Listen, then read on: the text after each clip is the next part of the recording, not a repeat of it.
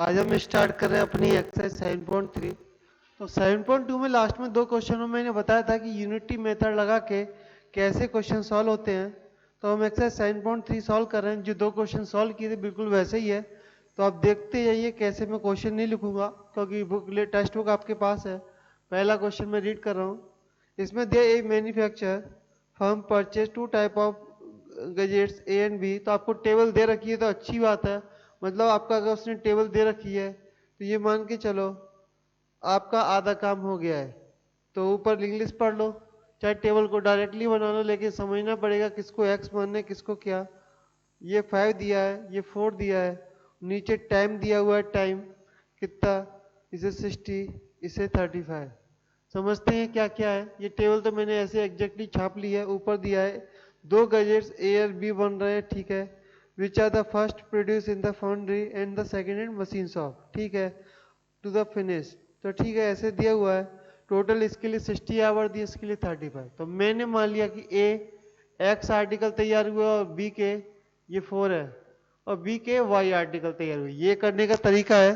Board में ये question 2 से 3 मार्क्स का आता है। क्लियर है। एक्स वाई ये उन्होंने दिया। अब इक्वेशन कैसे बनाएंगे, तो मैक्स देखो क्वेश्चन के लास्ट में पढ़ा करो उन्होंने क्या बोला है। तो फॉलोइंग, तो लास्ट में उन्होंने दिया है मैक्सिमम प्रॉफिट।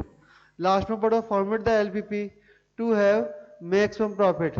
तो प्रॉफिट दिया है कि ए को सेल करके 30 रुपए मिलते हैं, बी को 20 रुपए। तो जेड हमारा हमेशा प्रॉफिट को रिप्रेजेंट करेगा। तो ये हो जाएगा 30x प्लस 20y। कैसे समझाता हूं, क्योंकि ए के एक्स यूनिट तैयार हुए, बी के वाई, तो हमारा टोटल प्रॉफिट आ गया 30x प्लस 20y। क्योंकि ए को बेचने पर 30 रुपए का प्रॉफिट है, बी को बेचने पर 20 रुपए का प्रॉफिट है, 30x प्लस 20y। इक्वेशन क्या क्या बनेगी, जो x है वो पॉजिटिव होगा, जो y है वो पॉजिटिव होगा। और अगर मैं इक्वेशन बनाना चाहूँ तो ऐसे बनेगी 10x मैं भी फाउंड्री के लिए बना रहा हूँ प्लस 6y।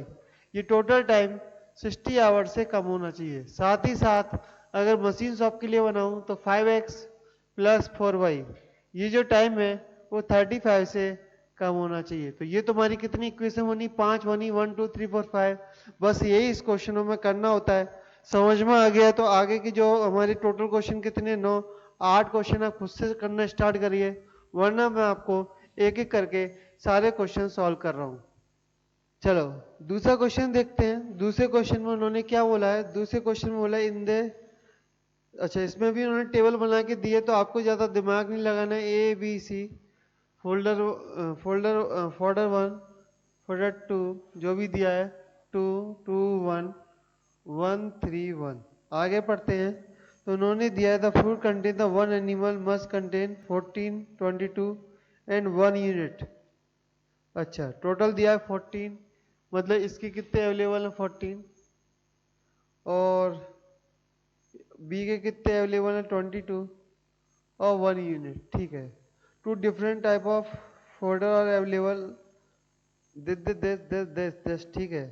तो कॉस्ट दिया है तो फोल्डर 1 इज 3 रुपए, फोल्डर 2 2 रुपए। तो फॉर्मेट द मैक्सिमाइज कॉस्ट, तो जेड बराबर हो जाएगा। अगर मैं बोलूँ कि फोल्डर 1 के एक्स यूनिट तैयार हुए, इसके वाई यूनिट तैयार, जिधर यूनिट दिया है ठीक है, बाकी को इधर आप बना सकते हो। इधर 14 22, एक बार मैं एक बार देख लेता हूँ, 14 22 और 1 यूनिट दिया हुआ है, ठीक है चलेगा। तो जेड बराबर कितना आ जाएगा, तो जो जेड बराबर निकल के आएगा वो आएगा, क्या दिया फोल्डर 1 से 3 रुपए तो 3x, 2 रुपए तो 2y, ठीक है।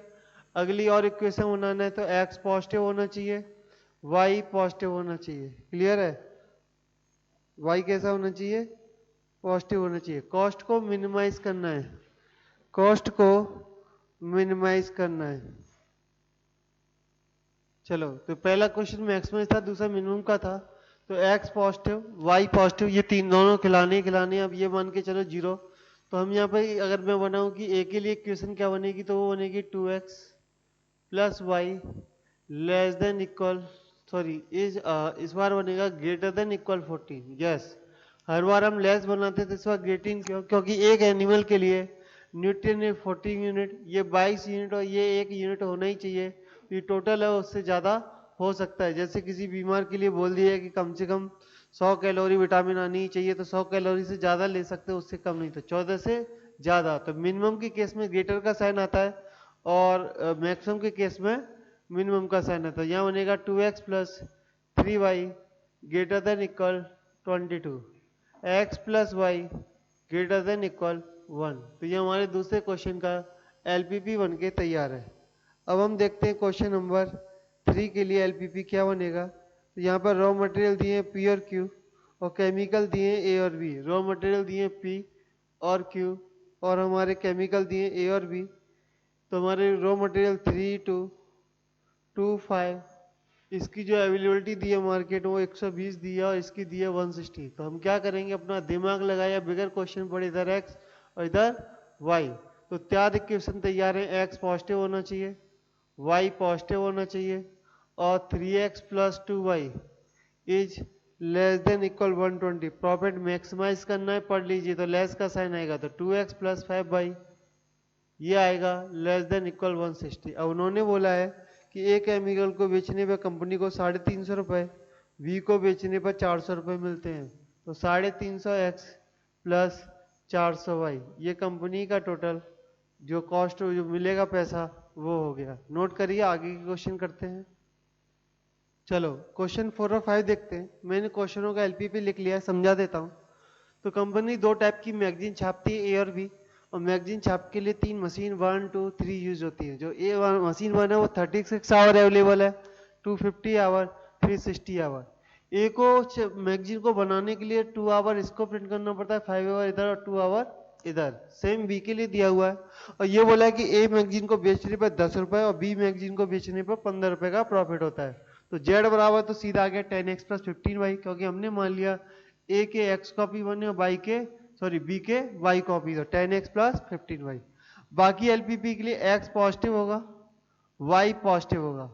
सिमिलरली हम मैक्सिमम 36 आवर काम कर सकते हैं। मैक्सिमम प्रॉफिट की बात कर रहा है, प्लीज ध्यान से सुनिए, मैक्सिमम प्रॉफिट की बात कर रहा है। तो ये लेस देन इक्वल 36 कैसे किया है, 2x 3y समझ लीजिए आप। मशीन 2 के लिए बनाएंगे तो क्या बनेगा, 5x plus 2y less than equal 50। Similarly machine 3 के लिए बनेगा 2x plus 6y less than equal 60। इन्हें कैसे सॉल्व करते हैं हम एक्सरसाइज 4 में देखेंगे, अभी के लिए बस समझते हैं। सिमिलरली क्वेश्चन नंबर 5 में बोला है कि कोई कंपनी एक बल्ब बनाती है, ट्यूब बनाती है। इन्हें बनाने के लिए मशीन की जरूरत पड़ती है, तो 2 मशीन लगती है, मशीन 1 और मशीन 2। और बल्ब बनाने के लिए मशीन 1 का 1 आवर चाहिए और मशीन 2 के 3 आवर। और ट्यूब में मशीन 1 के 2 आवर चाहिए और मशीन 2 के 4। ये आप इंग्लिश को पढ़ लीजिए, आपको समझ में आ जाएगा।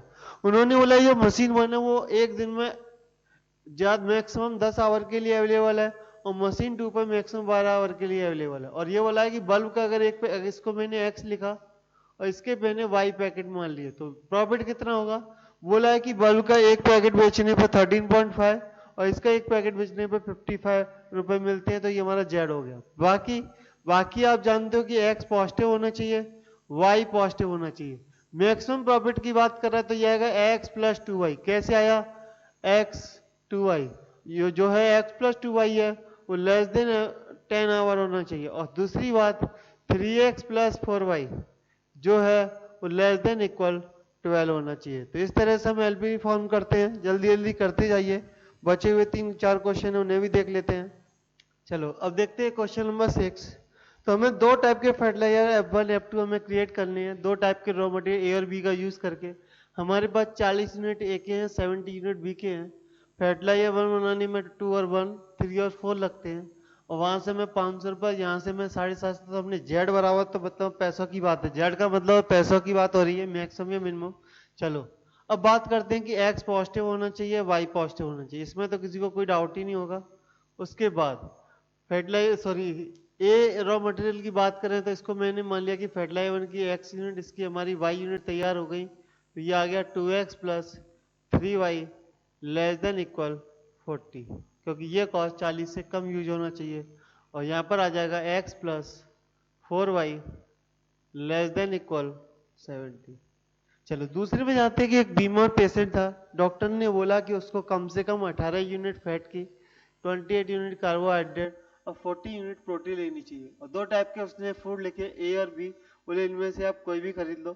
तो इसका भी हिसाब लगाया कि कितने यूनिट एक्स के लेने चाहिए, कितने यूनिट कितने यूनिट ए के लेने चाहिए, कितने यूनिट बी के। तो उसके लिए जो एम है उस पर लिखा हुआ है कि फैट 4, कार्बोहाइड्रेट, प्रोटीन, ये सब टेबल बना हुआ है।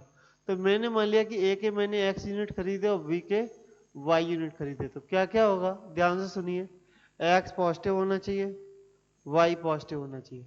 दूसरी बात, कम से कम 18 यूनिट फैट चाहिए ही चाहिए। तो यहाँ पर देखो लास्ट में मिनिमम लिखा हुआ है, तो 4x + 6y greater than equal 18, मतलब दोनों फूडों को खा के उसे जो टोटल फैट है वो 80 यूनिट से ज्यादा मिलनी चाहिए, तभी वो मरीज सही होगा, वरना बीमार का बीमार ही रहेगा। तो 14x + 12y ये वाली वैल्यू 28 से ज्यादा होनी चाहिए। और तीसरी बात, 8x + 8y ये वैल्यू 14 से ज्यादा होनी चाहिए। तो इन सबको सॉल्व करके जो हमारे एक्स और वाई की वैल्यू निकल के आएगी वो हमारा लीनियर प्रोग्रामिंग प्रॉब्लम से हमारा जो सॉल्यूशन होगा। वो कैसे सॉल्व करते हैं उसके लिए आपको अगली एक्सरसाइज वेट करना पड़ेगा, इन्हें नोट करिए। चलो अपने 2 क्वेश्चन बचे उनको भी देख लेते हैं। अब उन्होंने बोला कि अगर गाड़ी की स्पीड हम 60 किलोमीटर/आवर रखें तो जो पेट्रोल का कॉस्ट है वो 5 रुपए पर किलोमीटर आता है। अगर हम गाड़ी की स्पीड 90 कर दे तो पेट्रोल का कॉस्ट है वो 8 रुपए पर किलोमीटर आता है। और आपकी जेब में या आपकी गाड़ी में जो पेट्रोल है वो 600 रुपए का है। मतलब आप अगर गाड़ी चला रहे हो 600 रुपए का पेट्रोल गाड़ी के अंदर है तो आप उससे ज्यादा का पेट्रोल खर्च नहीं कर सकते। तो मैंने मान लिया कि हम 60 की स्पीड से x किलोमीटर चले और 90 की स्पीड से y किलोमीटर चले, तो टोटल जो कॉस्ट आएगा 5x + 8y आएगा, क्योंकि 5 की स्पीड से 5x और 8 की स्पीड से 8y, this is less than equal 600। दूसरी बात बोला है कि जो भी हमने गाड़ी चलाई है वो 1 घंटे से कम चलाई है, विद इन 1 आवर। आप पढ़ लीजिए, विद इन 1 आवर मतलब तो टाइम बराबर होता है speed upon distance upon speed, क्योंकि स्पीड बराबर डिस्टेंस अपॉन टाइम से। तो x/60, y डिस्टेंस, 90 की स्पीड, ये पूरा टाइम 1 घंटे से कम होना चाहिए। इससे भी ज्यादा अच्छा क्वेश्चन है 9 क्वेश्चन में बोला है कि हमें कंक्रीट की ब्रिक बनानी है और उसका जो वेट है वो 5 kg से ज्यादा होना चाहिए। और जो बनाने के लिए जो रॉ मटेरियल यूज किए हुए हैं सीमेंट और सैंड। तो मैंने मान लिया जो एक ब्रिक बनाने में सीमेंट लगा x kg और सैंड लगा y kg। तो पहली बात तो बोला है कि जो वेट है वो कम से कम 5 kg होना चाहिए। तो x + y greater than equal 5 आपको समझ में आ गया हो, क्योंकि दोनों का वेट मिला के कम से कम 5 होना चाहिए। 0 0 तो हम लिखते हैं कम से कम पॉजिटिव वेट लगेगा, ऐसा नहीं कि सीमेंट हमने 4 kg ले लिया और सैंड माइनस के 2 kg ले लिया और टोटल वजन रह गया 2 kg। तो ऐसा 3 kg जो भी है, तो हम माइनस में वेट नहीं ले सकते, जो भी वेट लेंगे दोनों का पॉजिटिव लेंगे या फिर 0 लेंगे। क्लियर है? चलो अब उन्होंने बोला कि सीमेंट का कॉस्ट 20 रुपए है और सैंड का कॉस्ट 6 रुपए है। तो टोटल जो कॉस्ट हमें एक ब्रिक का पड़ेगा वो आएगा 20x + 6y। और उन्होंने जो बोला है वो ये है कि जो सीमेंट है वो कम से कम 4 किलो होना चाहिए और जो सैंड है 2 किलो से कम होना चाहिए। तो y < 2 x > 4 ये इक्वेशन वहां से बनेगी। आप इनको इवैल्यूएट कर लीजिए। बस इतनी इक्वेशन बनाने के आपके 2 से 3 मार्क्स बोर्ड में मिलते हैं। अगर ये इक्वेशन दी जाए तो मैक्सिमम मिनिमम के लिए कैसे सॉल्व करते हैं एलपीपी, तो हमने 7.2 में भी देखा था, वो हम अगली एक्सरसाइज 7.4 में देखते हैं। चलो तो मैं आपको एक क्वेश्चन लेके बता रहा हूँ कि एलपीपी से सॉल्व कैसे करते हैं। तो ये आपको दिया हुआ है, आप देखोगे मैंने इसमें 2 इक्वेशन नहीं लिखी है, तुमको मैं लिख लेता हूँ x > 0 y > 0। इनका सिर्फ एक ही मतलब है कि जो भी सॉल्यूशन हो फर्स्ट क्वाड्रेंट में, और इनका कोई यूज नहीं है। चलो पहली है x < 4, तो आप एक लाइन खींचिए। देखो 0,0 इसे सेटिस्फाई करिए, कैसे कि 0 इज < 4, सही बात है। तो इसकी जो डायरेक्शन है वो इस साइड आएगी। आप एक एरो बना के रखिए, ज्यादा एरो बनाने की जरूरत नहीं है। अब उन्होंने बोला y6, तो ये हमारी 6 वाली लाइन है, 0,6 है, ये 0.4,0 है, तो ये वाला पॉइंट है 0,6 और इसके भी नीचे आएगा क्योंकि 0,0 इसको भी सेटिस्फाई कर रहा है। चलो अब अगला है x + y < 6। तो इसकी जो इक्वेशन है वो कुछ ऐसे ड्रॉ होगी। आप देखिए एक बार, ये इक्वेशन बनेगी 6,0 और 0,6 से जाने वाली लाइन बनेगी। क्लियर है? और ये भी डायरेक्शन इसके नीचे की बात कर रहा है। जब भी इसके नीचे की बात कर रहा है, अगर मैं इसे ये इधर है तो ये भी इधर ही है, तो इस सबके बात कारण जो कॉमन एरिया आएगा वो ये आएगा। तो सबसे पहली बात जो हमने एक्सरसाइज 2 में देखा वो यहाँ पर करना, और उन्होंने बोला हुआ है कि x पॉजिटिव y पॉजिटिव, तो ये हमारा वो एरिया बनेगा। इसको बोलते हैं फिजिबल रीजन। क्या बोलते हैं? Feasible region. अच्छा, क्वेश्चन ऐसे कभी कभार ऑब्जेक्टिव में आते हैं कि एक फिजिबल रीजन दिया है तो उसके मैक्सिमम कितने सॉल्यूशन हो सकते हैं। तो आपने मैट्रिक डिटरमिनेंट में पढ़ा हुआ है कि जो ये लीनियर इक्वेशंस होती हैं या तो उनका यूनिक सॉल्यूशन होता है या उनका नो सॉल्यूशन होता है या उनके इनफाइनाइट सॉल्यूशन होते हैं। सिमिलरली यहाँ भी चीजें वही हैं, या तो इनफाइनाइट सॉल्यूशन होंगे या वन सॉल्यूशन होगा या कोई सॉल्यूशन नहीं होगा। कोई बोलता है सर 3 सॉल्यूशन है, 2 सॉल्यूशन है, ऐसे ऑप्शन में आते हैं, तो वो पूरी तरह गलत है। या तो एक सॉल्यूशन होगा या कोई सॉल्यूशन नहीं होगा या फिर इनफाइनाइट सॉल्यूशन। जो मैट्रिक्स में जो कंडीशन थी वही यहाँ पर है। अब इसका हमें मैक्सिमम या मिनिमम निकालना है तो कैसे निकालें। तो ये देखो जो फिजिबल रीजन हमने बनाया है इसमें वर्टेक्स कितने हैं। इस डिजाइन में हमें 4 वर्टेक्स दिखाई दे। कौन कौन से? एक ये, इस वर्टेक्स का नाम है A0,0। दूसरा वर्टेक्स ये बना जिसका नाम है B0,6। तीसरा वर्टेक्स ये बना इसे हम C। अगर देखें तो इस पे x की वैल्यू 4 है तो y की वैल्यू 2 बनेगी, मतलब ये पॉइंट आएगा 4,2। और ये हमारा वर्टेक्स है D 4,0। जो D वर्टेक्स आएगा वो आएगा 4,0। ये हमारे 4 वर्टेक्स होने फिजिकल रीजन के। अब क्या करना है, Z को मार्केट में लेके आओ 11x प्लस 8y। अब हम क्या करेंगे, इसमें हमने जो 4 वर्टेक्स निकल के आए हैं उनको हम पुट करेंगे। जिस पॉइंट पर वैल्यू हमारी मैक्सिमम आ जाएगी वो हमारा मैक्सिमम आंसर देगा। तो देखते हैं, हमने चारों वर्टेक्स ABCD सबको यहाँ लिखा है, रख के देखते हैं। 0,0 पर Z की वैल्यू 0 आएगी। अब ये कैसे आई ये मैं नहीं सिखा सकता, क्लास चेंज कर ली 11th में दोबारा एडिशन ले लो। 0,6 पर ये 48 आएगा, कैसे आएगा वो मुझे भी नहीं पता। Z बराबर 44 प्लस 16, ये 60। कैलकुलेशन मिस्टेक हो सकती है, वो आप चेक करते रहना, वो तुम्हारी प्रॉब्लम है। 4,4 पे ये Z आएगा कितना 44। 0, 48, 60, 44, इनमें सबसे बड़ा नंबर कौन सा है? अगर नहीं आता है तो अपने छोटे भाई बहन से पूछ सकते हैं। मेरे हिसाब से ये सबसे बड़ा नंबर है वो है 60। तो यही आपका आंसर हो गया। तो लिखेंगे LPP at maximum at C.4,2 LPP max at. बाकी कैसे लिख के आने एग्जाम में आप सॉल्व एग्जाम्पल पढ़ सकते हो, वो तुम्हारी प्रॉब्लम है, ठीक है। अच्छा, इनफाइनाइट सॉल्यूशन कब आते हैं, नो सॉल्यूशन कब आता है, ये भी मैं बता देता हूं।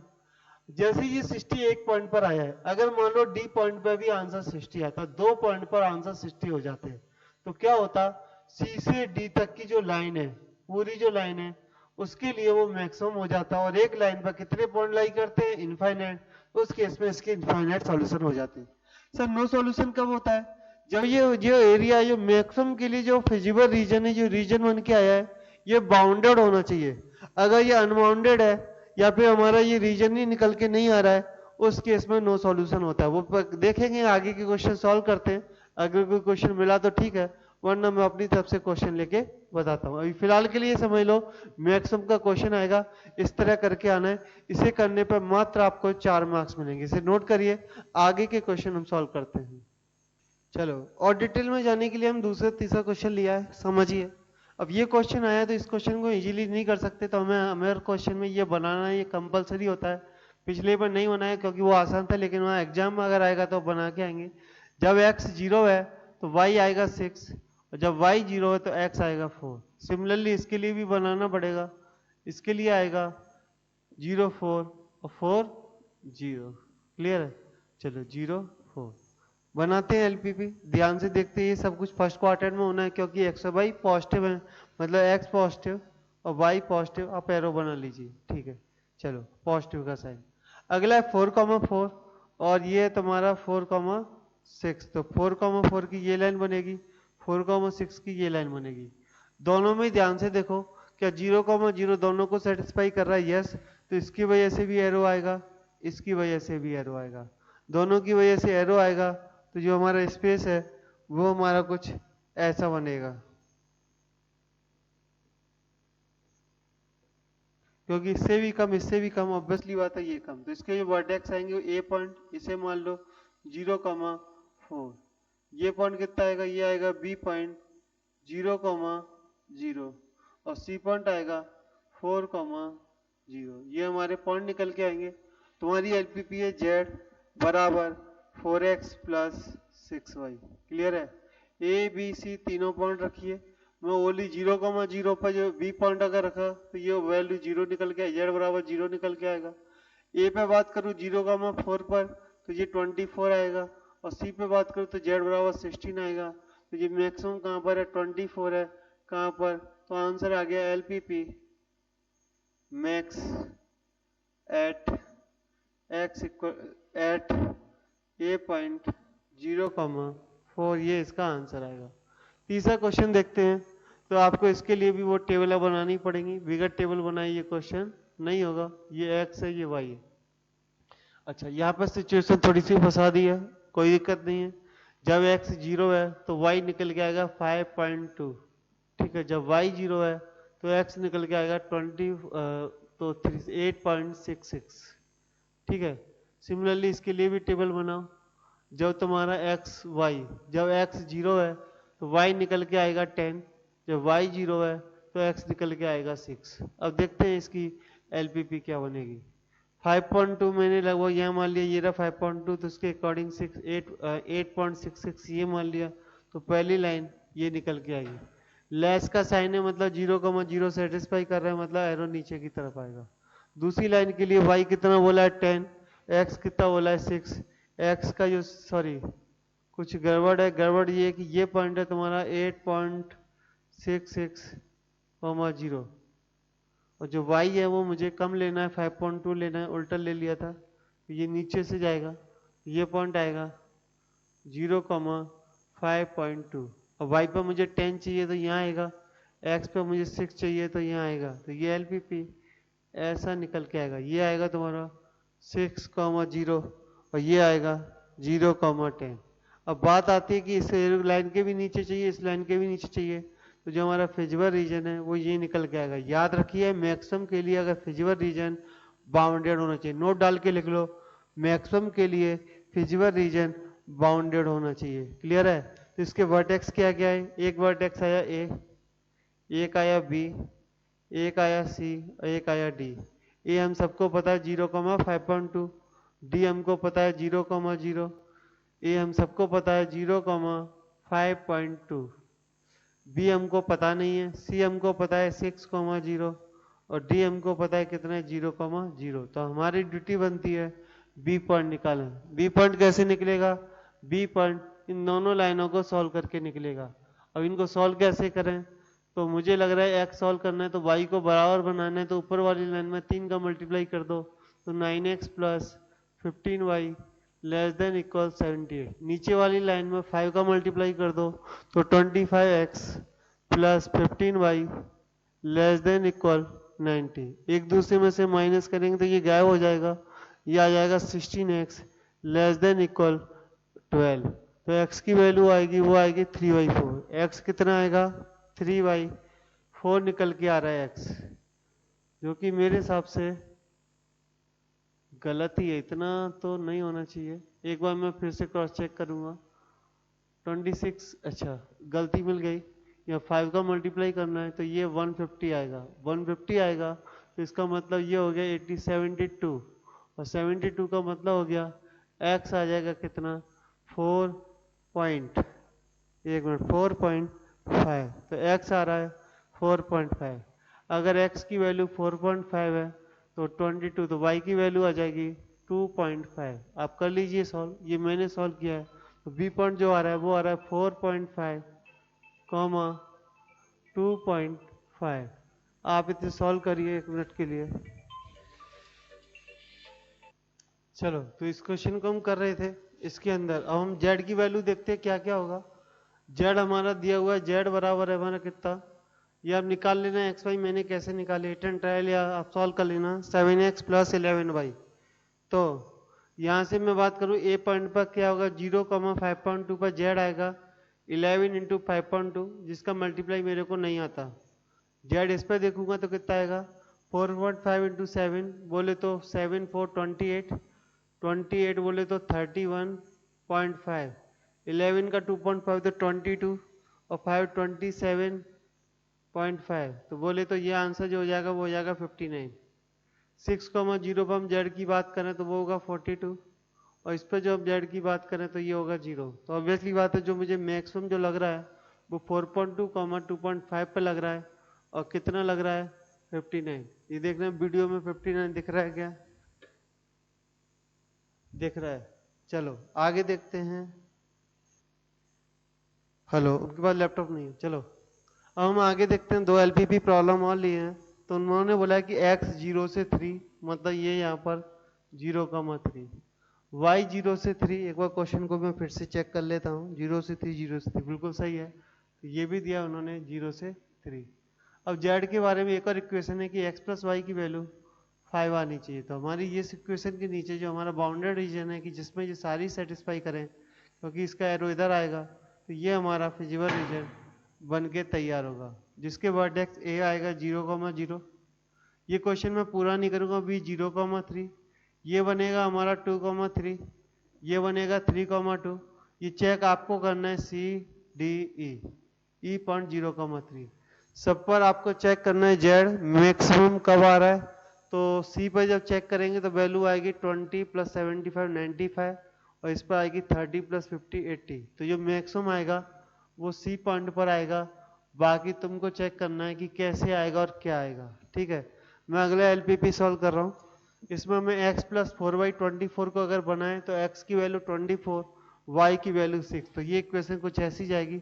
मैं डायरेक्ट बना रहा हूँ ताकि वीडियो शॉर्ट बने और आपको इतना समझ में आ जाना चाहिए कि ये क्वेश्चन कैसे हो रहे हैं। ठीक है, 0,6 और 24,0। 3x प्लस वाई में बात करूँ तो x में आएगा 7 और y में आएगा 21। x में 7 की बात करूँ तो यहाँ पर ये जाएगा 7,0 और ये कहाँ तक जाएगी 21। इस लाइन को मैंने ऊपर तक निकाल दिया तो ऊपर तक कहीं तो मिल जाएगी 71,0 पर। और एक लाइन दी उन्होंने x plus y less than equal 9। तो x plus y less than equal 9 को ड्रॉ करना है तो 7 से 2 आगे यहाँ पर आएगा 9,0 और 6 से थोड़ा आगे जाएगा 9। ये लाइन इसको ऐसे कट करेगी। तो मैं आपको बताऊं जो फिजिबल रीजन है कुछ ऐसा डिजाइनर बनेगा। देख लीजिए एक बार, जो फिजिबल रीजन है वो ऐसा डिजाइनर आएगा जिसका ए पॉइंट सब लोग जानते हैं 0,0 होगा, जिसका बी पॉइंट सबको पता है 0,6 होगा। तो बात जो प्रॉब्लम मार्केट की वो सी पॉइंट पर और डी पॉइंट पर इनके कोऑर्डिनेट निकालने का। ई पॉइंट सबको पता है 7,0। तो हमारा काम है सी और डी पॉइंट निकालना। यहाँ तक मैं बात करूँ कि सी पॉइंट कैसे आएगा, तो सी पॉइंट 24 और इन दोनों लाइनों को सॉल्व करके निकल के आएगा। वो भी मैं बता देता हूँ कि y की वैल्यू 5 होगी, x की वैल्यू 4, मतलब सी पॉइंट आएगा 4,5। मैंने कैसे निकाला वो भूल जाओ, ये तुम्हारा काम है ये कैसे आया। ठीक है, चलो अब देखते हैं डी पॉइंट कैसे आएगा। डी पॉइंट इन दोनों को सॉल्व करके डी पॉइंट आएगा, इन दोनों को सॉल्व करके सी आया। कितना आया सी 4,5। अगर मैं इन दोनों को सॉल्व करूं तो 2x बराबर मिलेगा 2x बराबर 12 तो x बराबर 6। तो इसके लिए जो आंसर आएगा वो आएगा 6,3। तो डी पॉइंट आ गया 6,3। अब आपका काम है जो हमारा जेड दे रखा है उसे ए बी सी डी ई सब पर चेक करना। आंसर क्या आएगा, आंसर बता देता हूँ कि आंसर सी और डी में से एक आएगा। क्या आएगा बता देता हूँ मैं, 12 प्लस 25 37 और 18 प्लस 15 33। तो जो आंसर आएगा वो सी आएगा। आंसर इज सी 4,5 आएगा। इसे नोट कर लीजिए। तो मैक्सिमम के ये मैंने 5 क्वेश्चन सॉल्व कर दिए हैं। तो मैं 3 क्वेश्चन जो मिनिमम के वो कैसे सॉल्व करते हैं मैं सिखाता हूँ। मिनिमम के लिए 2 एलपीपी लिखी है, क्वेश्चन 6 और 7। मैं आपको एक बात बता दूं, जब मैक्सिमम के लिए एलपीपी हम सॉल्व करते हैं तो जो फिजिबल रीजन है जो हमारा एरिया निकल के आया वो बाउंडेड होना चाहिए। मिनिमम के लिए ऐसी कोई कंडीशन नहीं है। बाउंडेड है तो अच्छी बात है, नहीं है तो और अच्छी बात है, दोनों ही केसेस में चलते हैं। तो मिनिमम के लिए ऐसी कोई कंडीशन नहीं है कि बाउंडेड है या नहीं है, हो तो अच्छी बात, नहीं हो तो और अच्छी बात। यहाँ पर हम समझने की कोशिश करते हैं। तो 5x प्लस वाई 5, तो y में 5 x में 1, तो ये वैल्यू ऐसे निकल के आएगी। ये आएगा 1,0। आप इसको खुद देखिए कैसे आएगा 0,5। नहीं आता है, बहुत अच्छे। लेकिन अब देखिए 0,0 इससे सेटिस्फाई नहीं कर रहा, तो मतलब ये बाहर की तरफ जाएगा। अब तो जो इक्वेशन थी उनमें लेस का साइन था, 0,0 सेटिस्फाई करता था। x प्लस वाई 3, तो x प्लस वाई 3 का मतलब है ये इक्वेशन ऐसे आएगी और ये बोल रहा है कि हमें इसके भी बाहर जाना है। तो जो हमारा फिजिबल रीजन है वो कैसा आएगा, थोड़ा ध्यान से देख लो। तो ये फिजिबल रीजन है वो ऐसा बनेगा, इनफाइनाइट तक जा रही है ये लाइन है। आप ऐसा मत सोचिए कि सर यही खत्म होगी, ये बोर्ड को भी क्रॉस करेंगी और ये सारी लाइनें इनफाइनाइट तक जाएंगी। क्लियर है? तो ये हमारा फिजिबल रीजन बनेगा। चलो, तो इसके हमारे वर्टेक्स क्या क्या मिले? एक वर्टेक्स तो ये मिला, इसे ए पॉइंट नाम दे दिया। ये कितना है? ये हमारा 3,0। ये हमारा बी है जिसके कोऑर्डिनेट हमें पता करने, अभी थोड़ी देर में पता करें। तो माइनस करो तो 4x बराबर 2, तो x बराबर आएगा 0.5 और y की जो वैल्यू आएगी वो आएगी 2.5। चाहे तो रख के देख लो, तो ये आपको सेटिस्फाई कर जाएगा। जो हमारा सी पॉइंट मिला, सी पॉइंट है 0,5। तो हमारा जो z है, अब कैसे करेंगे? जो z है उसे नीचे लेके आओ। z बराबर हमारा कितना है? z बराबर 7x प्लस वाई। ए पर चेक करते हैं, ए कितना है? 3,0। तो z की वैल्यू 3,0 पर आएगी 21। बी पॉइंट कितना है? बी पॉइंट हमारा 0.5, 2.5। तो 0.5 पे 3.5 और 2.5, तो ये हो जाएगी 6। z बराबर 6। सी पॉइंट पर हम z की बात करें तो 0,5। तो 0,5 पर ये आंसर कितना आएगा? 5 निकल के आएगा। तो हमें बात करनी थी, हमने बोला था कि ये मिनिमम कब होगा। तो ये मिनिमम वैल्यू मुझे 0,5 पर लग रही है, वो भी कितनी है? 5। तो सी बराबर 5, यही हमारा आंसर है। क्योंकि ये क्वेश्चन हम मिनिमम के लिए सॉल्व कर रहे हैं, तो हमारा जो आंसर है वो भी मिनिमम ही होना चाहिए। चलो अगला देखते हैं। अगले वाले में हम देखें तो 2x प्लस वाई। आप इसकी टेबल आप खुद अच्छे से बनाइए। तो ये x पर जाएगा 3.5, y पर 7। मैं डायरेक्टली सॉल्व कर रहा हूँ ताकि वीडियो जल्दी से जल्दी खत्म हो, आप आराम से देख पाओ। 7,0 आप बैठ के सॉल्व करते रहिए, ठीक है? x 3.5, y 7,0। इस इक्वेशन से बात करूं तो x जाएगा 7.5, x जाएगा 7.5, y जाएगा 5, मतलब इधर। तो बेसिकली दोनों इक्वेशनों के बाहर जाने की बात कर रही है। तो जो मेरा फिजिबल रीजन है वो बिल्कुल ऐसा बनेगा। तो इसका मुझे ए पॉइंट तो पता पड़ गया, क्या? 7.5। मुझे बी पॉइंट चाहिए कि बी पॉइंट क्या आएगा। ये हमारा बी पॉइंट है और सी पॉइंट हमको पता है 7,0। बी पॉइंट चाहिए, मतलब मुझे दोनों इक्वेशन सॉल्व करनी है। डायरेक्ट माइनस मारो तो ये आ जाएगा 2y बराबर 8। तो y की वैल्यू 4, तो y की वैल्यू 4, तो x की वैल्यू 1.5। देख लीजिए, तो 1.5, तो b मेरा निकल के आ रहा है 1.5, 4। ठीक है? तो जो तुम्हारा z दे रखा है क्वेश्चन के अंदर कितना, ये रहा z। इसमें आप a पर, b पर, c पर वैल्यू निकालिए। a कितना है? 7.5, 0। तो यहाँ पे मेरे हिसाब से z जो हो जाएगा वो 60 हो जाएगा। b पॉइंट है 1.5, 4। अगर मैं यहाँ पे z निकालूं तो कितना होगा? 1.5 इंटू 8, 12 हो गया। 12 और 40, 52 आंसर निकल के आएगा। सी पॉइंट की बात करें तो सी पॉइंट मेरा कितना है? 7,0। z की वैल्यू आएगी 56। तो मिनिमम की बात कर रहा है, कौन सबसे कम है? 52।